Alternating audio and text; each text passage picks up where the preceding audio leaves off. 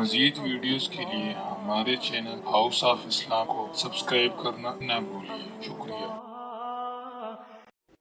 کہ ہر باشعور انسان کا اپنی زندگی میں کوئی مقصد، کوئی نصب العین، کوئی آدرش۔ یہ ہندی کا لفظ آدرش ہے، بڑا پیارا لفظ ہے۔ نصب العین یہ عربی زبان کا لفظ ہے۔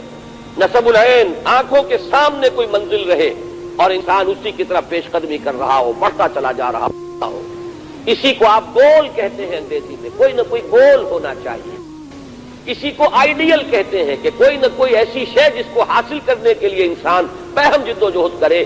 جس شخص کی زندگی میں یہ نہیں ہے، وہ چاہے کتنا ہی انسان نظر آ رہا ہو، حقیقت میں حیوان ہے۔ اب دوسری بات سمجھیے، یہ ایک عجیب ایکویشن ہے، الجبرے کا فارمولہ سمجھیے کہ انسان کا نصب العین اگر پست ہوگا تو اس انسان کی شخصیت بھی پست ہو جائے گی۔ اس کا نصب العین بلند اور اعلیٰ ہوگا تو اس کی اپنی شخصیت بھی اعلیٰ اور عرفہ ہو جائے گی۔ یہ ایک جس کے لیے میں نے سورہ حج، ویسے تو یہ کہ پورا رکوع جو ہے آخری سورہ حج کا، وہ در حقیقت اس موضوع پر اس سے بہت ہی گہرا تعلق رکھنے والا ہے، لیکن میں صرف اس کا ایک ٹکڑا میں نے تلاوت کیا تھا آغاز میں۔ ضعف الطالب والمطلوب، مشرکین کے بارے میں کہا جا رہا ہے کہ ان کی کیفیت یہ ہے کہ کمزور ہیں وہ بھی جو چاہنے والے ہیں اور وہ بھی جنہیں چاہا جا رہا ہے۔ یعنی مطلوب اگر اعلیٰ ہے انسان بھی اعلیٰ ہو جائے گا، مطلوب اگر پست ہے انسان بھی پست ہو جائے گا۔ نصب العین ادنا ہے، انسان میں دنی الطبع کی کیفیت پیدا ہو جائے گی، اور اگر وہ اعلیٰ اور عرفہ ہے تو انسان کی شخصیت کو ترفع حاصل ہوگا، بلندی حاصل ہوگی۔ اب اس کی میں ذرا وضاحت کر دوں۔ دیکھیے سب سے گھٹیا نصب العین کیا ہے؟ جگر مراد آبادی کا بڑا پیارا مصرع ہے کہ اپنے ہی حسن کا دیوانہ بنا پھرتا ہوں۔ انسان اپنی ذات ہی کو نصب العین بنا لے۔ میرا غلبہ، میرا اقتدار، میری حکومت، میرے لیے دولت، میرے لیے عزت، میرے لیے شہرت، بس یہ حصول جو ہے اس کے لیے بھاگ دوڑ، محنت، کوشش، جد و جہد، یہ بھی ایک نصب العین ہے۔ آسانی سے دولت بھی حاصل نہیں ہوتی، دن رات کی محنت سے دولت ملتی ہے۔ آسانی سے شہرت بھی نہیں ملتی، بڑی بڑی راتوں کو جاگ کر انسان جو ہے وہ کام کرتا ہے جس سے اسے شہرت مل سکے۔ آسانی سے دنیا میں غلبہ بھی حاصل نہیں ہوتا۔ یہ چھوٹی سی کارپوریشن ہے، اس کا صدر بننے کے لیے بھی کیا پاپڑ بیلنے پڑتے ہیں، اور کوئی چھوٹا سا ملک ہو، اس کا صدر یا وزیر اعظم بننے کے لیے کیسے کیسے ہفت خواہ طے کرنے پڑتے ہیں۔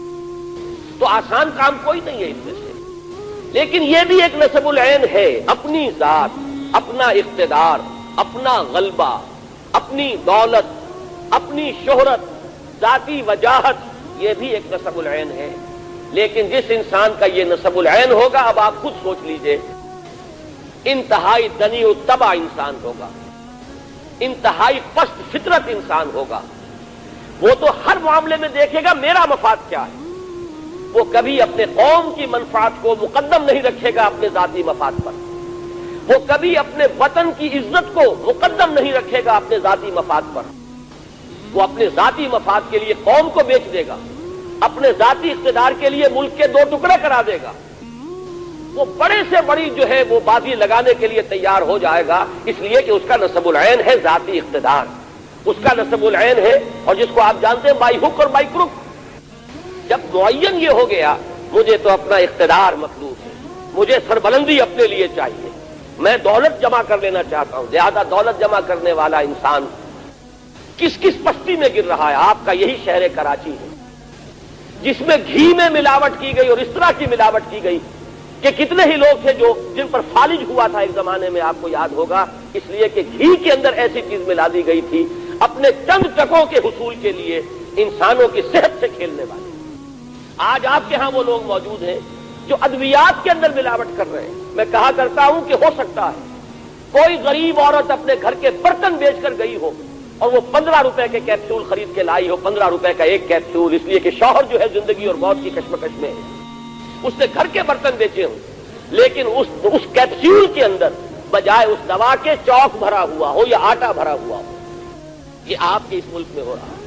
تو معلوم ہوا، اچھی طرح سمجھ لیجئے، وقت کم ہے، ایک ایک چیز کو اچھی طرح سمجھ کر ذہن نشین کیجئے کہ اگر نسب العین اپنی ذات ہے تو وہ شخص اخلاقی اعتبار سے پسترین سطح پر ہوگا، وہ قوم کو بیچے گا، غداری کرے گا، ملک سے کے خلاف جو ہے کوئی قدم اٹھا لے گا، تو آپ سمجھیے کہ پوری قوم کی قسمت سے وہ شخص کھیل رہا ہے جس نے اپنے بینک بیلنس کے اندر ملک سے باہر چند کروڑ روپے جمع کرنے کے لیے اس نے گویا کہ پوری کی پوری قوم کے مستقبل کو داؤ پر لگا دیا۔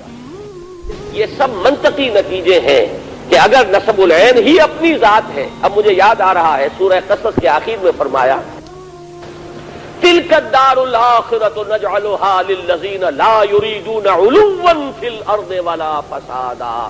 یہ جو آخرت کا گھر ہے اللہ فرماتا ہے یہ تو ہم نے خالص کیا ہوا ہے ان لوگوں کے لیے جو اس زمین میں اپنی سربلندی نہیں چاہتے، یہاں اپنا غلبہ نہیں چاہتے، یہاں اقتدار کے طالب نہیں بنتے، یہاں اپنے لیے حکومت کے طالب بن کر نہیں کھڑے ہوتے۔ آخرت کا گھر صرف انہی کے لیے ہے۔ یہ میں نے اس آیت مبارکہ کوٹ کر دیا تاکہ معلوم ہو جائے جہاں سے میں بات شروع کر رہا ہوں کہ یہ پست ترین نسب العین ہے۔ ویسے برا نہ مانیے، شعوری یا غیر شعوری طور پر ہماری عظیم اکثریت اسی سطح پر زندگی بسر کر رہی ہے۔ آج ہم دنیا میں ذلیل کیوں ہیں؟ آج ہمارا پوری دنیا کے اندر کیوں نام عزت کے ساتھ نہیں لیا جا رہا؟ کیوں ہم کسی بین الاقوامی کسی فورم میں کیوں عزت کے ساتھ کھڑے نہیں ہو سکتے؟ معلوم ہوا یہ وجہ یہی ہے کہ ہماری قوم میں غدار ہیں۔ آپ ہی کے قوم کے لوگ ہیں جو بکتے ہیں۔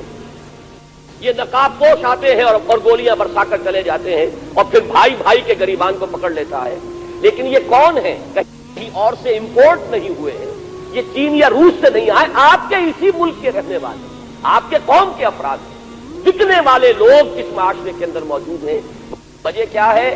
اصل شے ہے میرا مفاد، مجھے اتنے لاکھ روپے مل رہے ہیں، میرے لیے یہ منفعت ہے، مجھے یہ فائدہ نظر آ رہا ہے۔ یہی وجہ ہے کہ قومی اور ملکی سطح پر ہم اس وقت ذلیل و خوار ہیں۔ اس کی وجہ یہی ہے کہ ہم میں سے اکثر پاکستانی مسلمانوں کی اکثریت اگر گریبان میں جھانکے تو محسوس یہ ہوگا کہ ہمارے سامنے کوئی نسب العین نہیں، کوئی اعلیٰ آدرش نہیں، کوئی اونچا نسب العین نہیں۔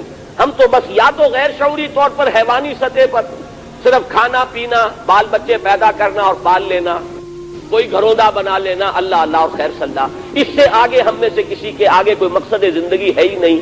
یا تو ہم غیر شعوری طور پر اس سطح پر حیوانی سطح پر زندگی بسر کر رہے ہیں، اور جو لوگ چلت پھرت کرتے نظر آتے ہیں، بھاگ دوڑ کرتے نظر آتے ہیں، جو جلسے کرتے ہیں اور جو بڑے بڑے پوسٹر شائع کرتے ہیں، جن کی خبریں اخبارات میں چھپتی ہیں، ان کی اکثریت کا حال یہ ہے کہ ذاتی اقتدار، ذاتی غلبہ، ذاتی دولت مندی، ذاتی شہرت سے آگے ان کے سامنے نسب العین نہیں ہے، الا ماشاء اللہ۔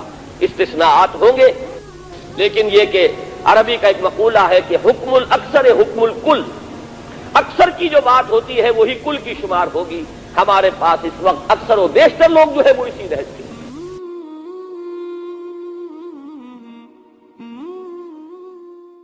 مزید ویڈیوز کے لیے ہمارے چینل ہاؤس آف اسلام کو سبسکرائب کرنا نہ بھولیے۔ شکریہ۔